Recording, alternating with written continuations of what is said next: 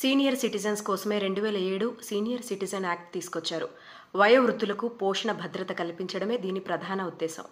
60 ఏళ్లు పైబడిన అందరూ ఈ చట్టం పరిధిలోకి వస్తారు. ఇందులోని సెక్షన్ 4 ప్రకారం తమను తాము పోషించుకోలేని స్థితిలో ఉన్నప్పుడు వారి పిల్లల దగ్గర నుంచి కానీ, వారి ఆస్తి పంచుకున్న వారి బంధువుల దగ్గర నుంచి కానీ జీవన భృతిని పొందొచ్చు.